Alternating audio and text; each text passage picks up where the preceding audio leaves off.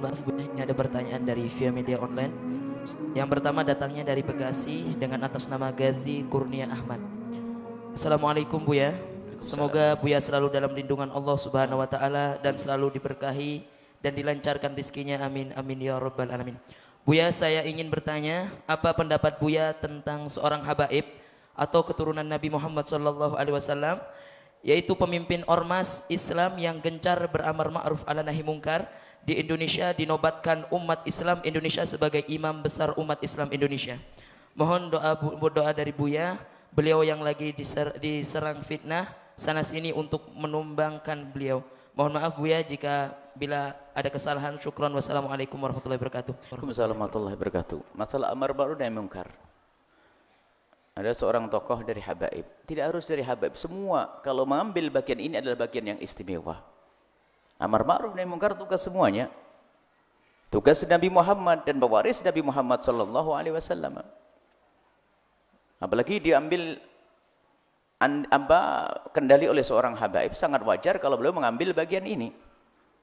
Cuman sekarang cara menilai ini yang harus. Jadi orang amar ma'ruf nahi munkar dianggap sebagai orang punya tindak kekerasan dan sebagainya. Kekerasan apa? Kalau Anda di pondok ini melihat saya nyambuk anak 5 kali atau saya sentil telinganya, kalau Anda potret nyentil pasti jelek. Buya Yahya nyentil santrinya, kan begitu. Tapi kalau Anda tahu ini santri bandel nakal, kan beres.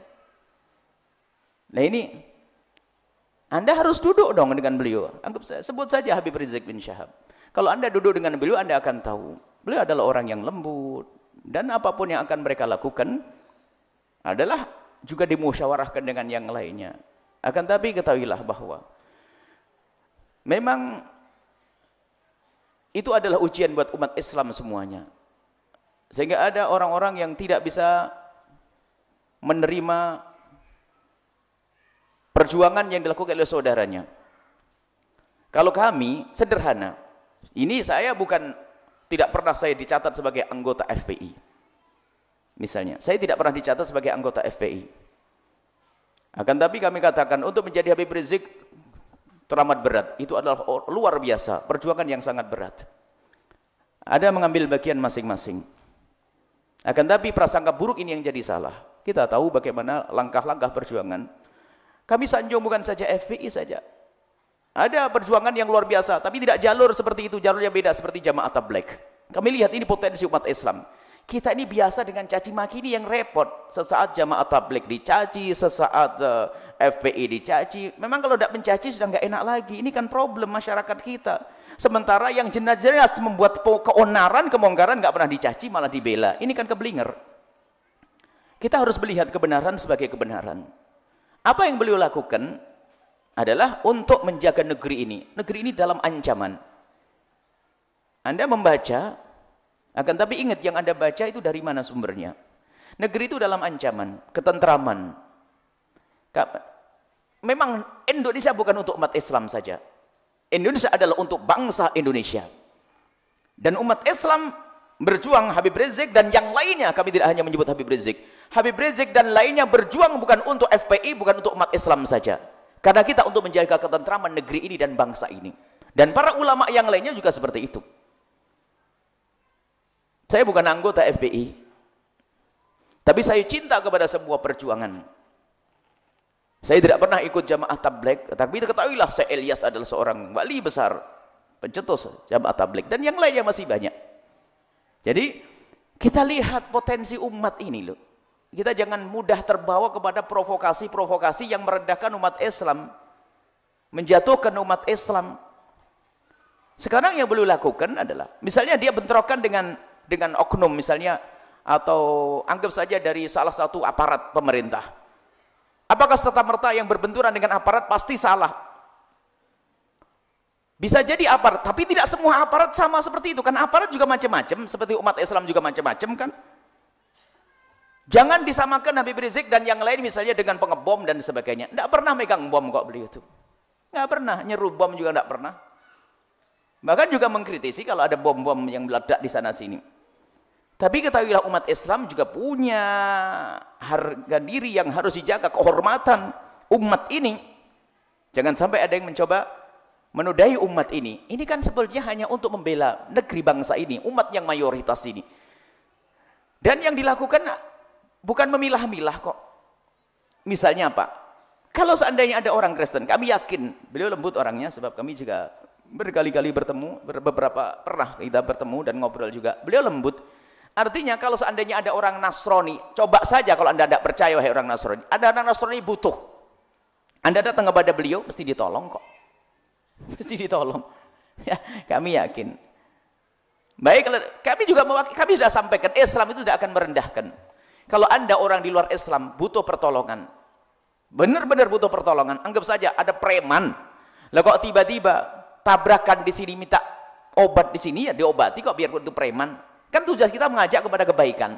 Akan tetapi jika ternyata preman bukan musuh, dan Habib Rizik tidak menganggap preman sebagai musuh, akan tapi preman ini mau diselamatkan supaya tidak terus dalam jalannya yang tidak benar. Coba percaya kalau seandainya para preman itu lihat, kemudian sadar, dan kita cinta preman, mereka adalah umat Nabi Muhammad kok. Jarang preman di Indonesia yang agamanya bukan Islam kok. Iya kan, dia umat Nabi Muhammad kok. Dia salah jalan kok. Dan kelas preman macam-macam, preman terlihat dan tidak terlihat. Yang tidak terlihat itu juga banyak preman. Yang nyolong duit masjid itu kan juga preman. Nyolong duit pondok preman, jadi banyak. Hanya preman itu dia pakai baju semacam itu. Sehingga justru tanda cinta kepada mereka itu bagaimana? Kalau bisa kita ajak dengan kelembutan, kalau tidak kasih rambu-rambu, jangan begitu, demi kebaikanmu loh ya. Coba, apakah mereka, beliau-beliau ini, kalau seandainya preman itu sadar, tobat kembali ke jalan yang benar, masih diperangi? Mustahil tidak. Mustahil. Mustahil mereka memerangi. Ini loh, coba kita memandang ini. Memandang itu dengan adil ya. Memang saat ini, Masya Allah ya, semua yang ada hubungannya dengan Islam ini akan selalu dan saya mau ngomong benih pun tidak tahu hasilnya besok apa, itu saya tidak tahu. Saya ngomong begini hasilnya besok ini apa, wallah alam bisawab. Ketahuilah, akan tapi kita wajib menjaga semua penghuni bumi pertiwi ini, khususnya baik itu orang Nasrani, orang Buddha, orang Hindu, orang Kristen, Katolik, semuanya itu wajib kita menjaga mereka. Dan wajib menjaga umat Islam khususnya. Makna khusus ini bukan harus yang lain tidak dijaga, tidak.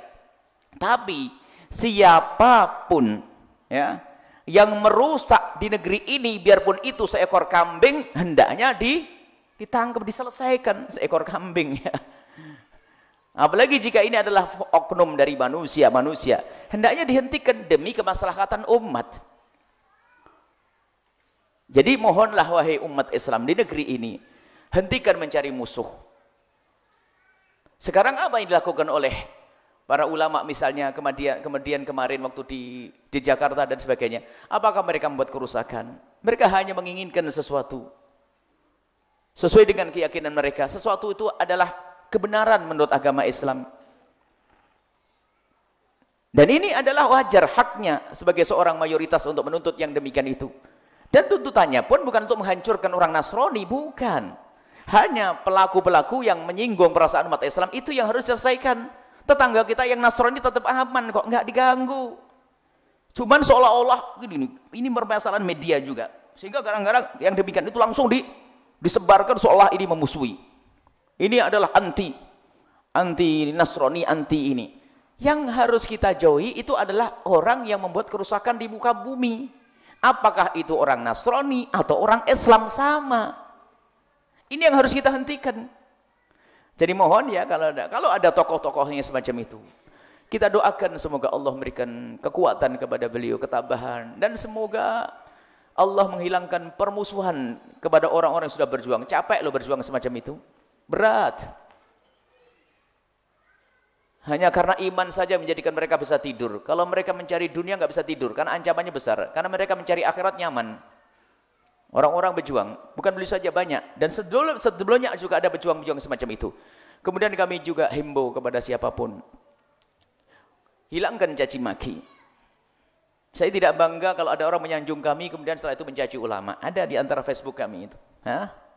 Menyanjung, oh Buya Yahya lembut dan sebagainya. Tidak seperti Habib ini Ustadz itu. Oh, Anda jangan biasa menyanjung orang lalu menjelekkan yang lain. Saya tidak senang. Cobalah sekarang lihatlah dengan benar. Orang lihat nilai perjuangan, tujuan dan sebagainya. Jika ada kendala dalam perjuangan itu, dalam Islam sendiri, di medan laga ada seorang muslim terbunuh oleh seorang muslim, nggak sengaja, ya kan? Di saat dia menyabetkan pedangnya nggak kena, tapi kena kawannya, tetap mati syahid kok. Mungkin sekali yang demikian itu. Jadi mohon dalam hal-hal semacam ini kita harus tanamkan kecintaan kepada para ulama-ulama dan pejuang-pejuang. Dan ingat, pemerintah, aparat keamanan kita ini, beliau-beliau adalah juga berusaha untuk menenteramkan negeri ini. Insya Allah, mereka enggak membuat kerusakan. Tapi yang membuat kerusakan adalah ini loh, di masyarakat yang sudah kemakan fitnah.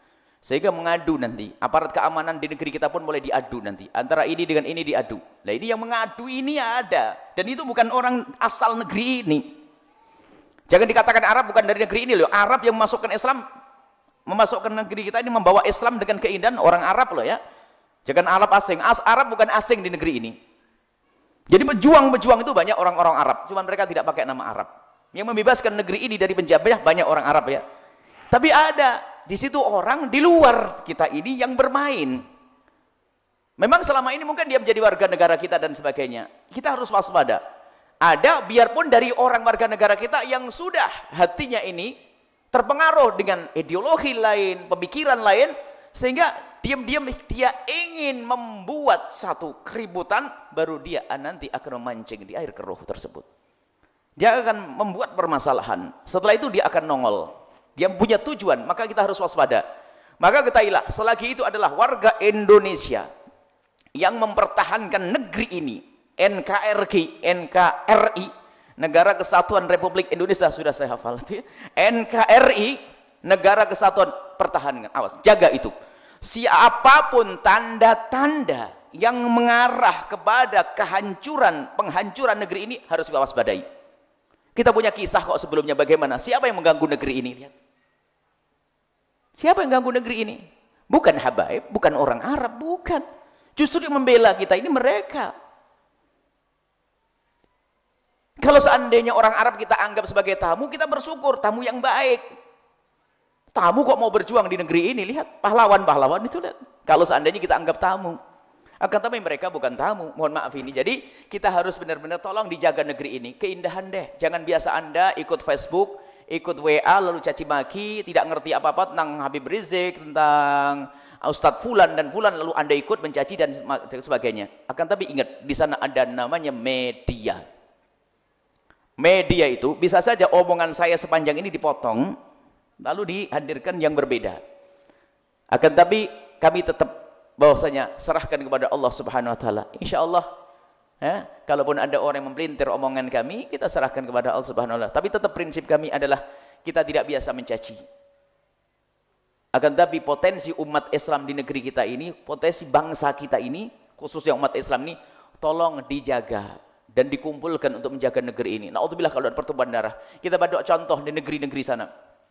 Di Ethiopia, di mana ini lihat, di beberapa negeri itu pertikaian berdarah yang tidak ada hentinya. Jadi orang itu hanya senang sebulan, setelah itu berantem, ada persatuan berdarah. Di negeri kita ini aman-aman saja. Nah Allah aman, nggak ada perperangan semacam itu. Maka jangan sampai terjadi itu. Nah, beliau-beliau ini orang-orang seperti itu untuk menjaga negeri ini dari ini unsur-unsur yang merongrong. Yang akan dipangkas adalah benalu-benalunya. Maka kita doakan semoga para tentara-tentara kita yang selama ini juga berjuang untuk menjaga negeri ini diberi kekuatan oleh Allah.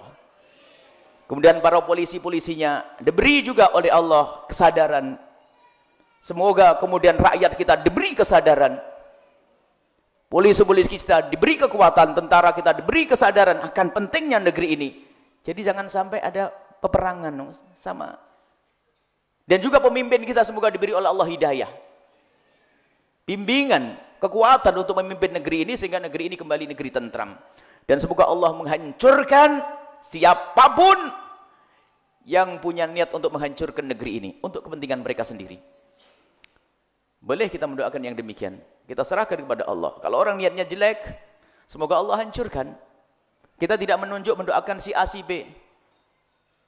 Kata saya ada mendoakan si A si B. Akan tapi siapapun, dan ini ada. Ya Allah, siapapun yang baik untuk umat ini, perbaikilah dia. Tapi yang menjadi sebab kehancuran umat ini, maka jangan hancurkan kami, hancurkan mereka. siapapun yang membuat kerusakan. Dan semoga Allah memberikan kekuatan orang-orang seperti Habib Rizik dan lainnya, termasuk juru-juru dakwah dari saudara-saudara kita dari jamaah tabligh yang masuk kampung-kampung, karena kami juga banyak pengaduan dari jamaah tabligh, juga ada yang memusuhi di sana sini, dan memang juga kritik ke dalam juga perlu. Memang ada orang-orang dari FPI misalnya satu dua yang terlalu bersemangat kemajuan sedikit sehingga nyundul nabrak orang, itu juga person yang seperti halnya jamaah tabligh ternyata terlalu berlebihan sampai kurang adab. Ini kan bukan dari organisasi itu, hanya satu orang dua orang yang membuat kesalahan. Jangan dianggap langsung jamaah tabligh salah atau dikatakan FPI salah, bukan. Jadi kita harus kembali kepada bagaimana FPI didirikan, kemudian jamaah tabligh ada, dan yang lainnya. Banyak contoh yang lainnya sebenarnya, kelompok-kelompok kadang-kadang mewakili pondok pesantren atau ormas-ormas yang lainnya. Tapi ingat, ketahuilah, umat Islam itu hendaknya segera berbenah diri, merapatkan barisan, lupakan permusuhan, kebencian, dan ingat, jangan biasa mencaci. Dalam keadaan apapun Anda tidak boleh ikut-ikut dalam caci mencaci. Apalagi orang yang lagi sholat jangan diprasangkai buruk, orang yang lagi berjuang jangan diprasangkai buruk. Beliau tidak melakukan keonaran di negeri ini. Kalaupun ada informasi-informasi katanya dia merusak di sana, merusak di sini, merusak di sana, Anda cek langsung apakah betul kisahnya semacam itu. Nah ini kalau Anda bisa mengecek, kalau tidak, lihat, nggak mungkin dan nggak menyetujui kok. Kami bertemu dengan beberapa orang yang mereka juga nggak setuju dengan cara-cara semacam itu. Dan jangan dinisbatkan kepada lembaga tersebut atau ormas tersebut. Anggap saja semoga Allah menjauhkan. Misalnya ada santri yang bandel di luar. Apakah langsung gara-gara bajunya Al-Bahjah langsung dibilang, oh Al-Bahjah nggak bener, kan begitu? Kalau masuk pondok langsung dihajar itu di pondok, dihukum itu. Dihukum juga itu. Bukan langsung wah ini. Misalnya ada baju SPI melakukan ini, benar enggak di atas nama FPI? Siapa yang nyuruh? Dan memang banyak begitulah. Kalau ada umat Islam mencuri, jangan dikatakan Islam yang jelek, lebih lagi ke atas nanti ya. Ini gara-gara, coba. Ini biasanya cara pandang yang jelek. Suruh penjara dia kalau pengen tahu. Umat Islam itu kayak apa? Di penjara semuanya didata. Di penjara ada 1000 orang. Islamnya berapa? 900. Selain Islam 100. Banyak kan orang Islam. Bukan orang aja namanya. Ya kan? Berarti penjahatnya adalah orang Islam semua. Bukan? Ini kan cara menilai yang salah. Karena memang mayoritas ya tentu dong. Kalau kita pencuri, kalau ada pencuri ditangkap, pencurinya muslim, kan begitu. Semakin besar, nah ini tentu di situ ada pelanggaran-pelanggaran yang sifatnya adalah individu, orang per orang, yang tidak boleh dinisbatkan kepada sebuah kelompok atau misalnya perkumpulan atau agama, nggak bisa. Ya, ini harus kita pahami. Jadi jangan sampai kita mudah terbawa kepada yang demikian itu. Dan memang kita punya manhaj lain. Manhaj kita adalah ayo kita belajar. Kita kalau ada orang yang memang mengambil bagian berat, saya bagian ringan-ringan saja. Ada yang bagian berat yang ngangkat karena dia punya beko, punya truk dan besar-besar. Kita ringan-ringan saja. Yang kita bangun tidak usah kelas negara. Negara yang bangun negara sudah ada sendiri. Pokoknya Anda baik di rumah Anda, ini rumah tangga yang indah dengan anaknya yang soleh, kampung yang baik, itu saja udah. Bagian masing-masing deh. Kan nanti ketemu juga judulnya. Apa artinya bicara tentang perjuangan negara yang hebat ini? Tak taunya setiap hari berantem sama istrinya. Pengen negakkan syariat Islam. Syariat di rumahmu saja nggak tegak, ini omong apa ini? Tegakkan syariat di rumahmu terlebih dahulu. Baik, ini semoga siapapun yang prasangka buruk kepada orang-orang yang telah berjuang itu dijaga, diberi oleh Allah kesadaran dan diampuni oleh Allah ya. Kita tidak ingin, karena apa? Para kekasih Allah yang berjuang itu luhumul ulama masmumah. Kami khawatir bahwasanya para pejuang itu adalah orang yang ikhlas, bahkan banyak di antara mereka yang para kekasih Allah. Kalau kita mencaci sekali, berarti kita telah makan racun. Luhumul ulama masmumah, racunnya para ulama itu dagingnya para ulama itu beracun. Ngomongi ulama pala petaka, dan Anda bisa lihat itu. Kalau orang kebiasaannya mencaci ulama, dan akan ada malapetaka yang datang ke rumah, di rumahnya sendiri. Maka kita tidak ingin jika ada para hadirin, para pemirsa, ini ternyata dihukum oleh Allah gara-gara lidahnya kotor atau WA-nya kotor dengan ulama-ulama tersebut. Maka tolong dijaga dan dijaga. Ingat, manhaj kita adalah manhaj indah. Sudahlah, yang ngurusi gede-gede sudah ada. Tapi tetap Anda tidak boleh ketinggalan jika ada kesempatan ikut bergabung dengan mereka untuk ngurusi yang gede. Cuman ada yang fardu ain lebih saat ini adalah yang sangat mungkin yang setiap hari Anda temui, yaitu Anda membangun rumah tangga yang baik, keluarga yang baik ya. Jangan sering marah-marah sama istri, jangan tolak pinggang sama suami, jangan ini indah-indah ya, semuanya indah-indah saja ini kita hadirkan ya, dengan tetangga yang baik ya.